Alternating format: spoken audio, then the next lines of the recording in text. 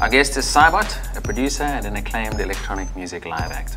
For those of you new to the electronic genre, Sibot was part of Max Normal, which later birthed the Antwoord, as well as playing the jazz meets electronic outfit Closet Snare. He recently played at the Sonar Festival, which is something like a Cannes or a Glastonbury festival for electronic music.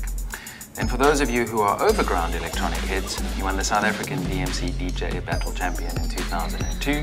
He's been showcased on Mad Decent by Diplo and has played with Major Lazer, Flostradamus. He's played intros for Pendulum. He's played with Richie Horton, Buddy Beetroots, and Toxic Avenger. And for the underground fans, Jeffrey's called him the Sibot for a new generation. He's done beats with hits as varied as OK Malone Cool Cat and M. Saeed from the Anti-Pop Consortium. He collaborates with the likes of Spook Matumbo and Marcus Wormstorm, and as a live act, he keeps on raising the electronic bar higher and higher. Sibot, welcome. Thank you for the introduction. My pleasure, my pleasure. I want to start off with what you look like when you're on stage. Where did the mask come from? And thank you for bringing it to us. Sure. I guess I've always believed in making an effort and dressing up for a show.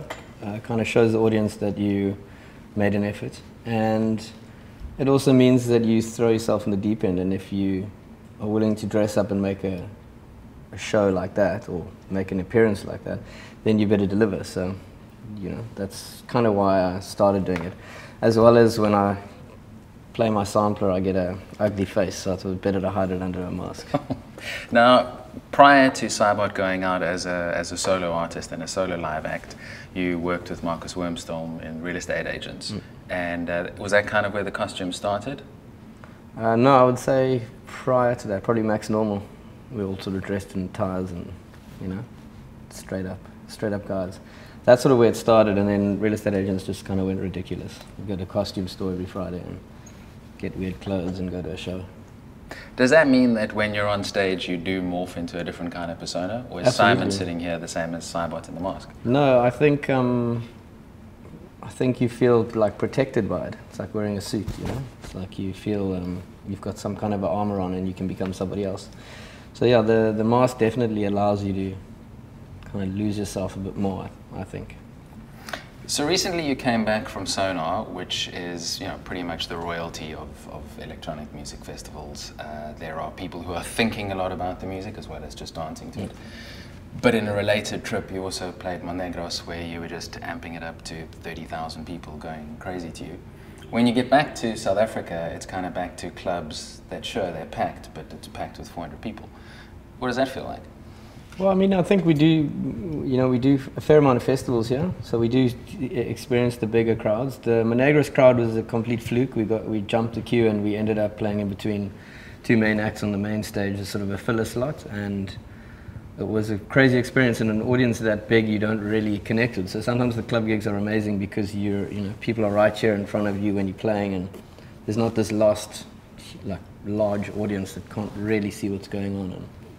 So I think there's merits to both of them. Obviously, it's nice to go overseas and do those shows and then come back and be like, I did that show, look at the photo of 30,000 people. But yeah, I really like playing in South Africa. We've got a strong following, and it's allowed me to do what I want to do, and I don't have to rely on the radio or TV to get my music out there. Sort of over the years, I've grown a fan base and a support base, and so just playing and making the music I want to make, we seem to get good crowds to the gigs. So you're not tempted to move over there, where you know you could go to those kinds of festivals and those kind of audiences every second? Yeah, I always get tempted, but I mean, I really love living here. I love the people here, I love the South African culture, the people that I collaborate with. It's really unique, and I think it's easier to be based here, to make the music that we make here, and then make an impact overseas, rather than going over there and sort of trying to fire from there. So I think, yeah, I think there's a point where you actually make the decision that you have to be over there. And then maybe I'll bounce around a lot more, but for now it's cool to live here, and I like it. Well, here, stay here, then we get to hear you more often. You said an interesting thing there, which is about making the beats here, because there is something in finding the music of here. And recently, a little while ago, you did a remix of a Netherlands-based group called Slip and Die. and skip and die. Skip and die. In one way, what they do seems very, very cool. In another way, it seems a bit like you've got these Netherlands-based musicians coming here, they're grabbing little snippets from 11 vernacular languages, heading back over there and then amping it up. Feels a bit like we might be in an electronic music genre for something similar to when Paul Simon came and grabbed our tunes and did Graceland. What do you think about that? Well, the singer of Skip and Die actually grew up in South Africa. So I think she's got like a close connection with it. So coming back for her is really amazing, but she then goes and sells what she does over there. And the song we did, I didn't actually remix it, I actually wrote the song with them in the studio. And I just recently did a show with them, and their audience is growing, like they're becoming really big. They literally don't have homes anymore, they're just on the road the whole time. And there's something to that, but I'm not really interested in that. And I feel like you're right, that being from there and taking from here and going back there, there's something inauthentic about it. That's a bold statement. Are you comfortable with that? Yeah, I guess so. So there's another interesting thing happening as well, which people who know about electronic music will be well aware of. For those who don't, a quick intro to it is that South African house has just blown up all over dance floors, starting off in the UK, but even heading now across the US and Europe. What do you think it is about the sounds that come from here when they get put into electronic that land so well there? South African house, I don't know, it's just, there's something incredible about it and all the different subgenres of it. I mean, this sort of, the jazzy, more expensive sounding stuff I'm not really into, like the vocally smoother house, but definitely the dirtier stuff. There's something in that groove that's inherently South African.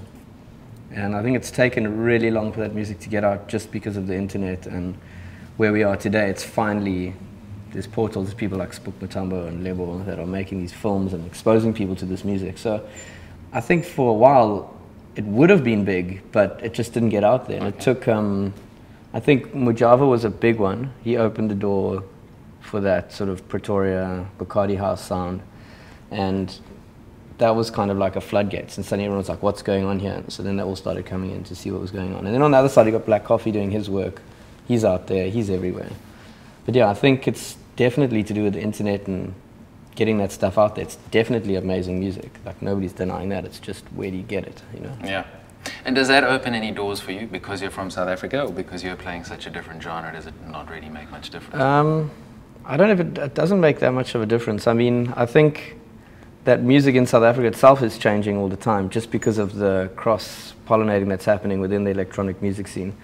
But definitely whenever I toured with Spook, sort of 2008, 2009, around that time, we were just sort of shoved Mujava and then Die Antwoord in every interview and everywhere we went. So in that way it affected us because it just irritated me in every interview. That was their only reference. But at the same time, they've done an amazing thing with opening the door to everybody, you know? Like the World Cup did, people didn't even know what South Africa was until the World Cup, and now people are like, oh wow, there's incredible stuff there. So everyone's playing their role in helping all of us. You said the word dirty just now, the dirty house sound. The beats that you play have a dirtiness to them, if we can say that. What's that about? Why aren't you going slicker? Why aren't you going more polished? Because you could, technically, you know how to. I don't know, I think it's probably like what you liked when you were growing up, when you were sort of, when you were making the decisions of the music that you would like for the rest of your life. That sort of happens around a point in your life when you know, high school, and when you reach over the age of like 25, then you start shutting off and you don't really want to know what else is going on. And I think from there, like, I was just originally into big kick drums and bass sounds, and that stuff just sort of stuck with me. And I think also pushing people in a crowd and prodding them and pushing them to the edge of being uncomfortable, and then doing, you know, those are the things I enjoy doing. And it's challenging to do that. It's easy to get up there and go, Avicii, go, and let's go. But to do those other things is more challenging, and it feels closer to me, those sort of sounds. And I think everybody that's making that dirty stuff feels exactly the same way. They don't do it as a decision like, I want to be dirty. They just do it because they want to, you know, make something that sounds gritty and strong, you know, rather than having like 10 sounds that are all layered and all soft and, you know, nice song. You have like 3 sounds that are like poof, and they're the whole song. So from new material, from archives kind of era, or even earlier things, give us an example of something where you were deliberately deciding when to take the audience on a path and then mess with them a bit? Take them apart and mess with them. I'm just trying to think. Well, something like Magnet Jam was a big track that Mad Decent put out. I don't think I was messing with them, but I was really on the boundary of sounds that almost sound distorted and really messed up, and something that's also quite catchy at the same time. I mean, that song I would have, I used to play it in the shows and be like, I was sort of like, it's not, doesn't really go down that well. And then Diplo heard it and he suddenly put it out, and then it gets a massive response and does really well overseas. And it sort of changes everything, and now it becomes like a song that's known, even though it is really dirty and on the edge of being nice. I would say that, yeah, maybe that was deliberate. That I actually made all the sounds in that song, so it felt like I was quite proud of it. I owned all those sounds. I'd made them all and sort of put them together in a song. But yeah. Let's talk technical for a bit. What do you mean you made the sounds? Well, you can open a VST on your computer and you can have a preset of, chubby bass 1 or whatever, and make a song out of that. But there's another side of it, which is who actually programmed that chubby bass 1. So you become that guy. You start with something that's completely neutral sound, like a sawtooth, which doesn't have a lot of characteristics, and then you sound design your own sounds. You create your own synth, your own thing. I've actually started making my own synths itself on computers, but that's a separate very technical thing. But just in that, starting with very basic stuff and then developing all these sounds is kind of what I mean. When you started out, you were called a DJ, and indeed you played as a DJ, and so much so that you won the DMC Champs in South Africa, which is pretty much the highest thing that a DJ can do. What attracted you to the actual decks, and then what got you out of playing on the Wheels of Steel? Well, at the time it was called the African Hip Hop Derby, which was the biggest competition we had, and it was the crowning DJ award, but it was very much hip hop. You couldn't get up there and like mix techno, so it was still only in that side of the music genre, of music scope. But how I got into it, I think I saw a clip on TV once, and it was like, what is that? That's really cool. It was like scratching and hip hop, and I was really attracted to it. And a friend of mine's brother had some records, some drum and bass records, and I'd seen in South Africa the DJs at the time were sort of the big ice rave, house kind of big guys.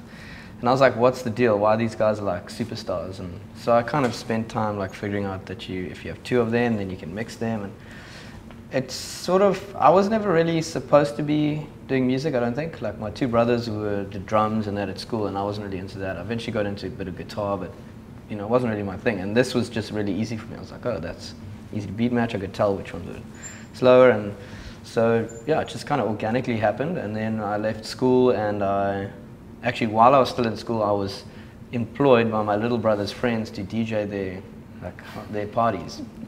I have to play like Michael Jackson and like slow dance, slow song. Okay. And then I left school and I went overseas and I worked there. And with all my money, I just bought records, because now I was seeing all the records that I was listening to, all the music that I was listening to, but on record. So it was almost like I was like, when I get back, I'm gonna have all this music and it's gonna be amazing. And it was really easy to sort of kick off a DJ career. I sort of went to 206 with like a CV on paper and handed it to the club, and it was Alan Freeman at the time, and he laughed at me, like, just a CV doing here, who printed, your mom printed this out kind of thing. And then I just got to know the DJs and got into it, and it was, I think I really liked the challenge. It's the same thing of putting on a mask, putting on a show. I liked the concept of a challenge, 6 minutes to prove that you can do that, X, Y, and Z, and put on a show. And, won like quite a few competitions in South Africa, and then very quickly started seeing the end of the road. Like I realized that the Cuberts and them were the leaders. They were like a few years ahead of everybody else, and they were creating everything. They just had so much more, like such a broader understanding of it. To catch them and then to beat them was just something that wasn't possible. So I started losing a bit of interest in the scene, and at the same time I was producing a lot. So I kept the scratching going. I think even while we were on a Play-Doh tour, halfway through the tour I was like, I don't need this anymore. Let me just use this and a keyboard. And there was something missing for a while, but yeah, it was liberating. And then I just quit DJing altogether. I actually quit, then started again, and then I was like playing more dance floor stuff. and then decided that when I wanted to launch the Sibot live show that I had to quit it in order to focus on it, not give promoters two options, you know. So you've mentioned this thing. What is it? How does it work? How does this make... If I have one of these, can I be Sibot? Yeah, you can. You can. I'll show you how to. So this is called a machine. It's like a sampler, but I plug it into a computer, so it's ultimately a controller. But I make stuff at home, and then I chop them onto these pads. So I can either just press a button and play like a whole sample, or I can press these buttons, which I've chopped out of that, and make smaller stuff. This is what I do.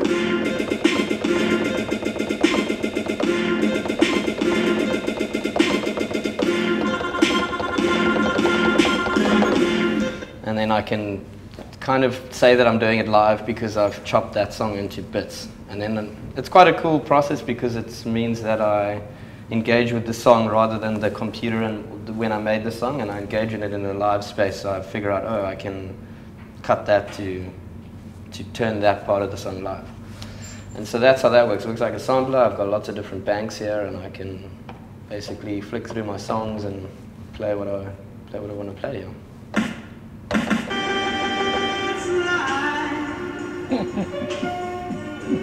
That's what people say. You've done that before. So yeah. So how much does this particular machine, which happens to be called a machine, make a difference in your show? Because they're the controllers. Yeah, huge difference. I used to use a sampler, and it started deleting the cards, and every time I had to go to a gig, I'd have to have a real one and a backup, and then put that one in, and it would delete it, and then put that one, hope it didn't delete it. And it just got a bit too hairy, and the new samplers, people weren't really making them, so I decided to make the jump. It was a scary jump, but it worked out, and I really like this. This is a very old one, though. It doesn't have like different colors, which everybody else has. What happens when it goes wrong? Because there must have been a time you pressed the wrong No, button. I was at Orphy now and it was going horribly wrong. I think my long USB cable was faulty. So I'd get to the front of the stage and hold this thing up and go like... This is what I do. And then like freeze, and then there's nothing there. It's like, oh shit, unplug it, you know? Cool story, bro. And that's not ideal, that's not cool. So I just have to figure out what that was. And if it goes wrong, then you just deal with it in the moment. Sometimes it's not bad, sometimes it's bad. I was using a different controller before, just a MIDI controller, and I went up to the front of the crowd, and with a perfect combination of like dum dum dum, I deleted the whole patch without knowing it while I was walking there, and got there and there was nothing there. And that was obviously pretty embarrassing. All I could do was go, oopsie, back to the desk. Because there's not 3 other people in a rock and roll band to carry it. Keep going, yeah, no, so yeah, that's, obviously you just deal with it, you know, it's not ideal. And I kind of focus on those moments of engaging the crowd as quite big moments in the set, and if you don't have those, then you lose all the big peaks, you know.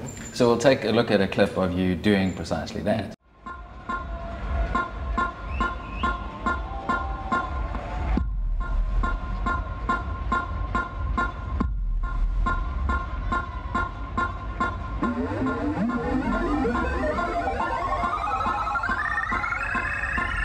What I do.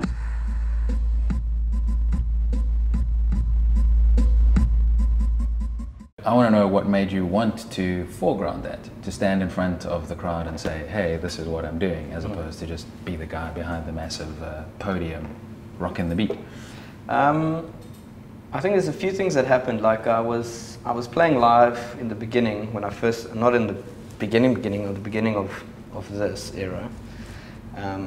Kind of just before the suit on, and I was playing all my own stuff, kind of like the real estate agents, but like just myself. And Fletcher was in the crowd, and he was with a few people, and he kept saying to him, oh, he's resampling that, and oh, he's doing that, and he's doing that. And then he came to me afterwards, and he's like, that gig was a lot of work for me. I had to explain all the stuff you're doing. You know, you should get cameras or something. So then I started renting GoPros and renting cameras and trying to get those live feeds onto the screens, and it was a nightmare. And eventually, I got a combo of the GoPro cameras onto screen, and then I thought, well, if I can get a long cable and walk to the crowd and do something, it would make people feel like they're part of the show. You know? And it seems to work. I mean, people dig it.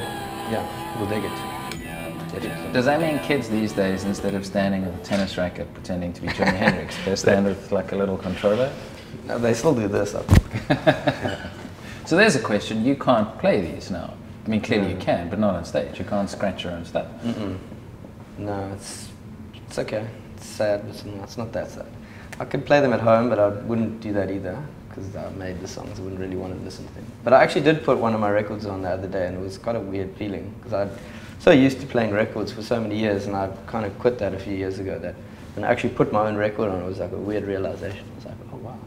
Did the 16-year-old Simon ever think there'd be a Sibot vinyl? A 17-year-old Sibot wanted to have vinyls. His mission was to make music, to press onto vinyl, to DJ his own songs. That was my whole goal. And then when I discovered live, that sort of went out the window. I didn't really care about DJing anymore. Have you heard anyone scratching your stuff? No, nobody plays records anymore. Only collectors. They're for people to listen to at home. Yeah, I haven't seen a DJ play a record in forever.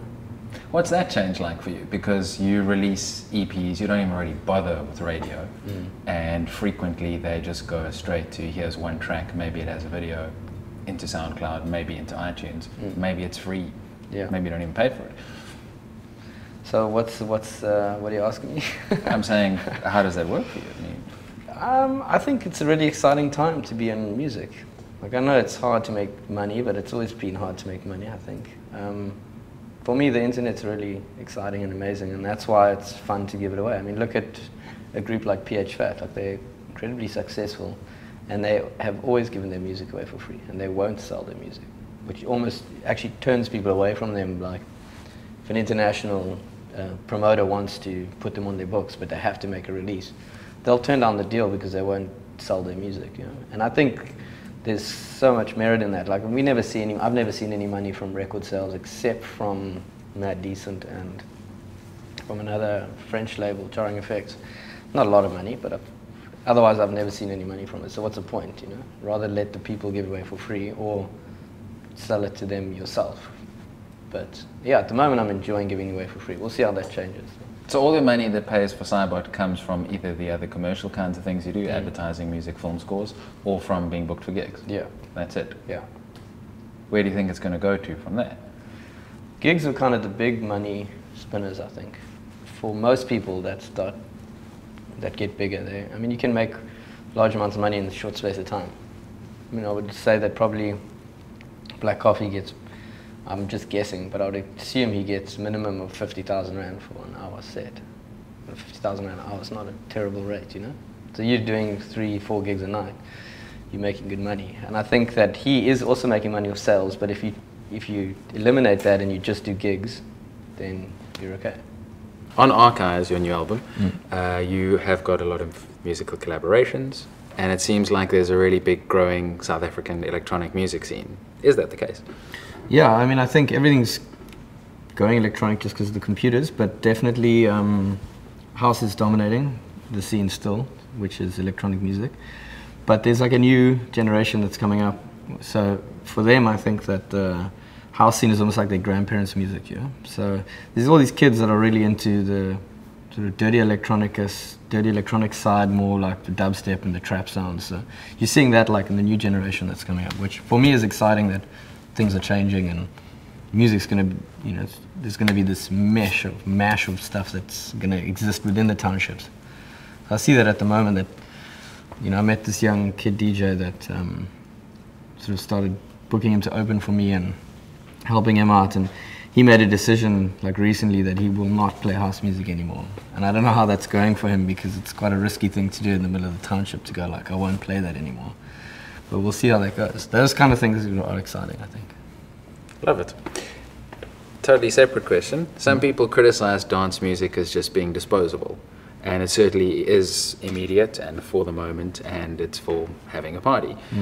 Does that mean you're not making art and you're not doing something that uplifts the soul? I think it happens a lot with artists when they sort of get out of the studio or out of their bedrooms and they start doing a lot more shows, that there's a cycle that happens. And when you're on stage, performing your own music, all your insecurities come out and you are faced with this audience and whether they're liking it or not. And when you see the way people react to certain sounds, and you get to play on certain sound systems, and you hear which sounds work, and you start like writing songs because of the keys that are fatter in the bass lines, and all those things influence you, and you inherently become more, well, for me definitely, especially because I've been wedged in between DJs for so long, that, you know, it's like adapt or die. Like you have to deliver that sort of performance, and you have to get people reacting. So I think it always happens with artists that are in the electronic scene, that are in the nightclubs. They find that they have to become more dance, more party. I don't know if I would say that it isn't or is art.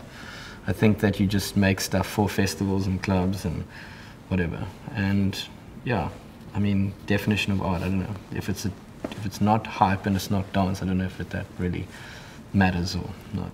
Nice answer. Does that play into what means a song is good for you? Does a song work if it's got a crowd jumping, or if you've done an interesting technical thing in it?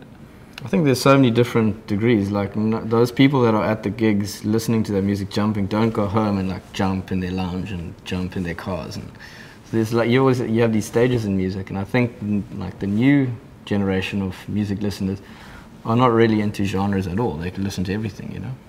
And you can have a song that's really amazing for somebody to listen to when they're on their own, or really emotive, and you can have stuff that's really jump up. And I think what happens when you speak about great songs is that a lot of producers, they hear like a sound that, you know, they see how people react to a sound like a bass sound or something that's new and they haven't heard, and they focus on that rather than what's actually going on musically. So you'll get somebody like Skrillex who'll do a song that's musically really catchy, and then he'll have a moment that's this wow, this moment that everyone goes crazy for. But to get to that, you can't just aim at that moment and like learn how to produce that. There's like the musicality of it, and a lot of producers forget that, you know. They're just all going in for this heavy sound, and they're forgetting that they're still writing music. So like to say in this industry, we say they're bringing sand to the beach. The beach being people are going to party anyway, or they're just trying to no, throw the beach has enough sand. Now you're trying to bring sand to the beach. Nobody wants sand there. So yeah. Too many of those producers. You just mentioned Skrillex. What was it like being in the townships with Skrillex, who's pretty much the biggest artist in EDM or whatever we're going to call it, doing a workshop with him to a very small group of South African artists who maybe will get a break like that? It was cool. I think it was really awesome to see him reacting to my music like that. And from then we got along. We spent the sort of 2 days together with his crew, and we hung out and we went to the gig. And you know, he's coined as the nicest person in EDM, because he is. He's just so genuine and super nice. And you know, he like invited me to come on tour to Durban to like do that show, and I was like, no, I can't. I've got stuff to do, and which was dumb, but yeah, I think it was really cool for me. These sort of things happen quite a lot in South Africa, and I think slowly they start to take traction. So now if I'm in France or something and somebody's playing, I can like hit them up, and you know, the world becomes smaller. I have friends everywhere now, which is cool. Some of your biggest tracks are collabs with rappers, and often in your tracks you use vocal samples. Do people need that vocal thing? Do you sometimes feel like just the DJ, just the producer? I've always been attracted to instrumental music because I find it much harder to write something that's completely instrumental and keep it interesting. Like writing music for rap is generally much simpler because you don't have to do much. You write dum dum dum, done. Keeping it interesting has always been a challenge. I think I also overproduce if I produce for a rapper because I want to keep things changing. But I think people do. There's something that happens with a human voice, and you know, I would like to have more of that in my music. I'd actually like to sing and rap in my own songs, maybe one day. But people need that communication. It's something human. It's something they know. It's something it's in our blood. So yeah, people do need it. So if you weren't a producer and you were in music, what would you like to be doing? Nothing. I like exactly what I'm doing. I wouldn't want to do anything else, I don't think. Cool. I want to ask a question around one other part of the music. So on the cover of Magnet Jam, there's you sitting looking very slick, half-naked lady behind you. Yeah. You've got a great song called Bitches Get Done. There's quite a lot of very little clothing in how Toyota Cressida presents herself on stage. Is that like a gimmick? Naked girls? Is that what Sibot's about? No, there's a friend of mine who shot that cover, and he sort of art directed it, and he did it. He did this, these two, he did that, and then he did the Magnet Jam one. So there was like, I think we wanted to have a presence of her in the shot, but it didn't necessarily need to be her, but it was her, and you know, I guess it was just a cool shot. And he shoots a lot of stuff like that, so it was right up his alley. And, Cool, but you're dodging the question. It's like, does your show need a girl with not many clothes on to? Well, she doesn't go like that on stage. She's not exactly wearing a trench coat on stage. Yeah. No, yes, it does need that. Yeah, it definitely does. I think my show is quite weighted. You know, it's like I'm a guy. It's weighted on the masculine side, and it's nice to have a female element. And the way the show is changing with bringing her on board, not only on the visuals, but as a team, it's balanced now. And yeah, it's definitely changed since she's come on board. A whole new world has sort of opened up, becoming more of a brand than just a person. You know. Because you can do a wider variety of shows, or because of what's presented on stage? I think as a brand, as something like, I wouldn't say an icon, but as an image, to have a balanced male-female duo is much stronger. And now it's our job to lift the whole package to suit that, you know. So yeah, I think from doing an audio to an audio-visual show to having a guy, girl, all of these things make sense. And for the public eye, definitely makes a lot of sense. And you know, like I said, I've seen a huge difference in the show, and people that come to the show, it's not just me on stage, it's the balance. So do you think that electronic music inevitably goes down the following road? It started off with you behind a bank of machinery, then you're in front of the bank of machinery, and there's a VJ behind. Now there's you and a VJ up front. Is what's going to come next someone sitting playing live drums, someone standing there with a real guitar? Well, I've done some live things. I've wanted to explore that idea, but not quite have a drummer and, you know, sort of expand that. I find that that's sort of heard and been done. What I did do at Rockin' the Daisies is I invited a drum line.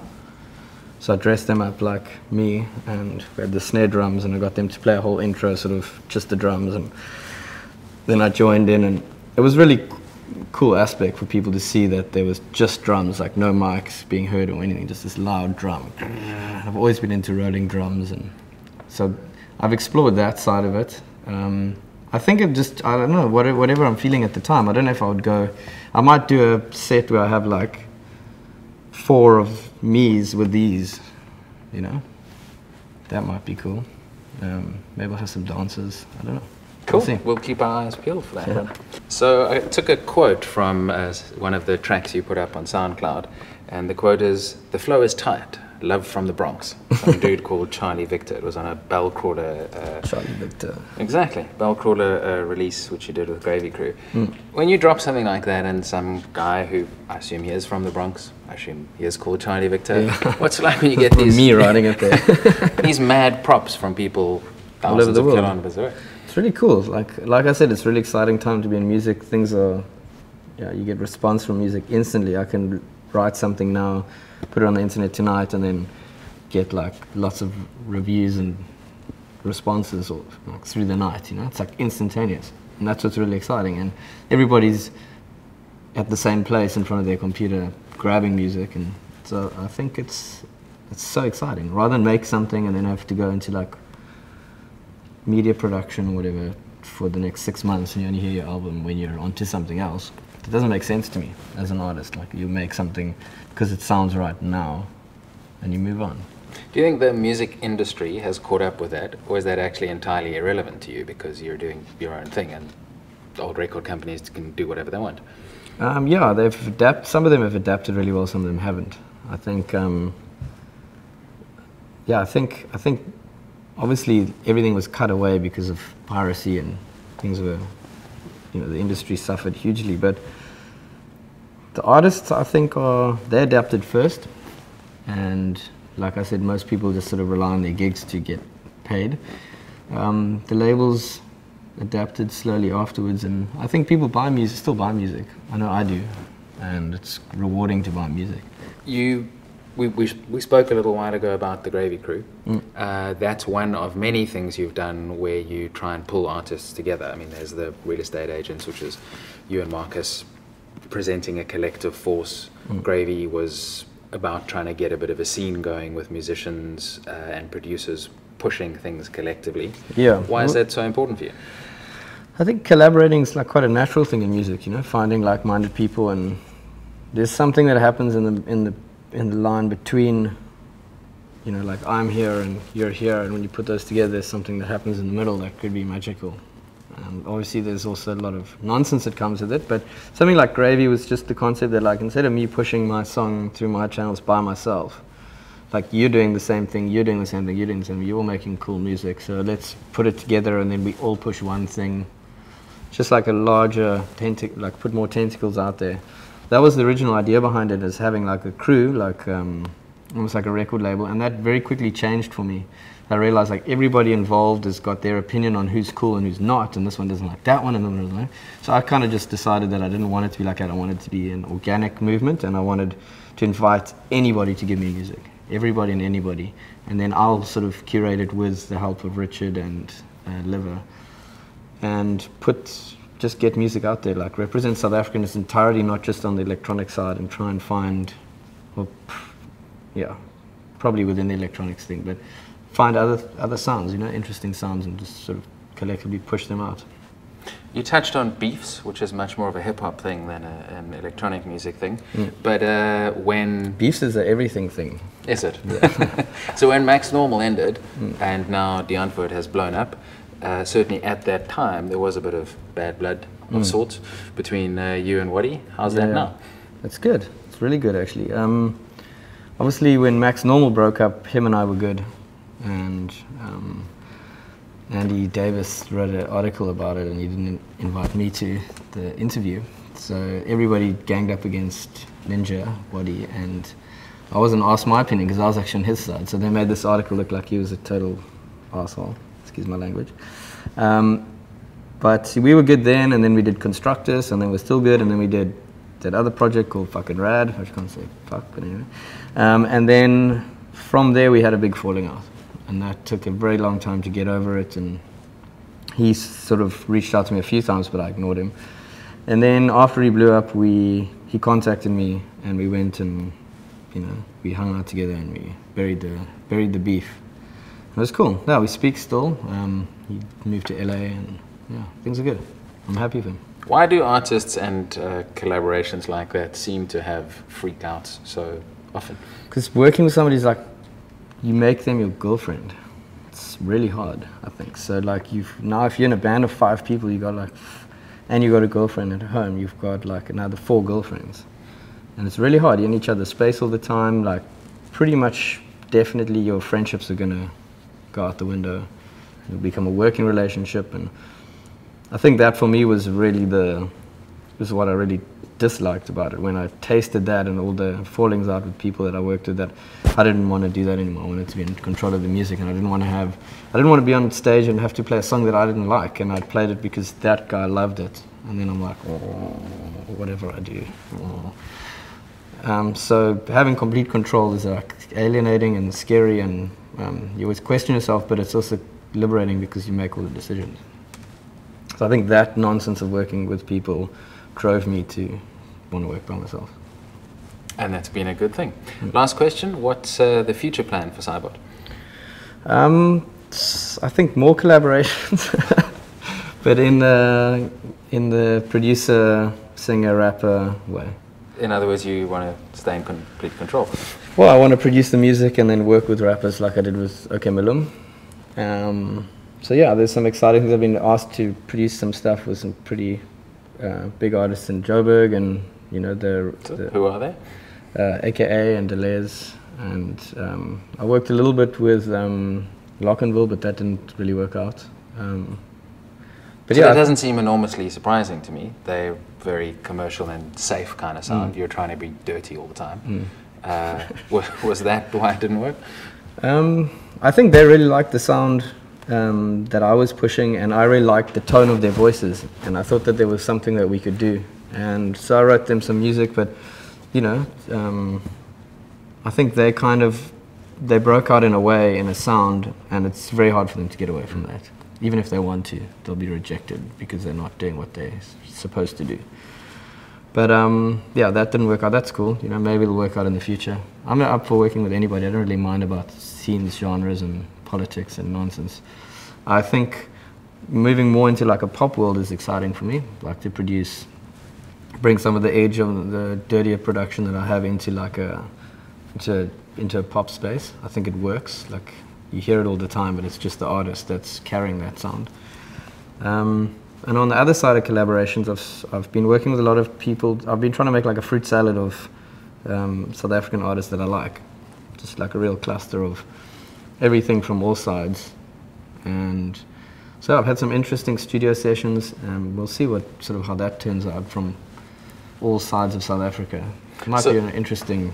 So that's kind of a gravy too. Does it have a name? No, it's not really a gravy too. It's something that I think the common is me in it. So I'll invite Batalier, or I'll invite John Wizards or Card on Spokes, and I'll work with musicians, and I'll be the constant. So I'll try to drive these sort of sessions, and then from there I'll seed those out to rappers and singers and try and put them all together and then sort of put it as a mix. Just kind of like a disposable project. That's what South Africa in 2014 sounded like to me. Those are the people I like, you know. It's a modern mixtape. Look how I made them sound terrible or something, you know. Yeah, it's a modern mixtape. It is just a mixtape. And then there's another thing that I've been trying to work on. It was hard at first because this guy was really inexperienced and he had such strict and strong opinions, but I found myself coming back to him. Like after the Magna Jam release, a kid in the UK sang on Magna Jam and sent it to me. And it's one of those things you could like decide one day, like if you're having a busy day, that you just ignore it, or if you're not, you take like 2 minutes. And I took like 2 minutes and I was like, wow, this guy sounds like Michael Jackson. Like he sings it really incredibly well. So I tried to work with him, and he was like really strict, and I was like, you can't be strict, you need to work, come on. You're like young, you're trying to get out there. And sort of ignored, then I was like, you know what, you're too much of a hassle, and I ignored him. And then he sent me like one of my songs, singing on it, and then he sent me some other stuff, and I was like, can you reproduce the music? And it's really exciting for me. It's like a whole other world. So I'm trying to sort of explore a side of new R&B. It's like ambient, really glitched out new R&B. And it's a sound that I'm really into, and we'll see what that happens. So then I can do the stage club stuff, and I can also give you a little afternoon nap song. Love it. Look forward to that. Thanks so much. Sure. Cool.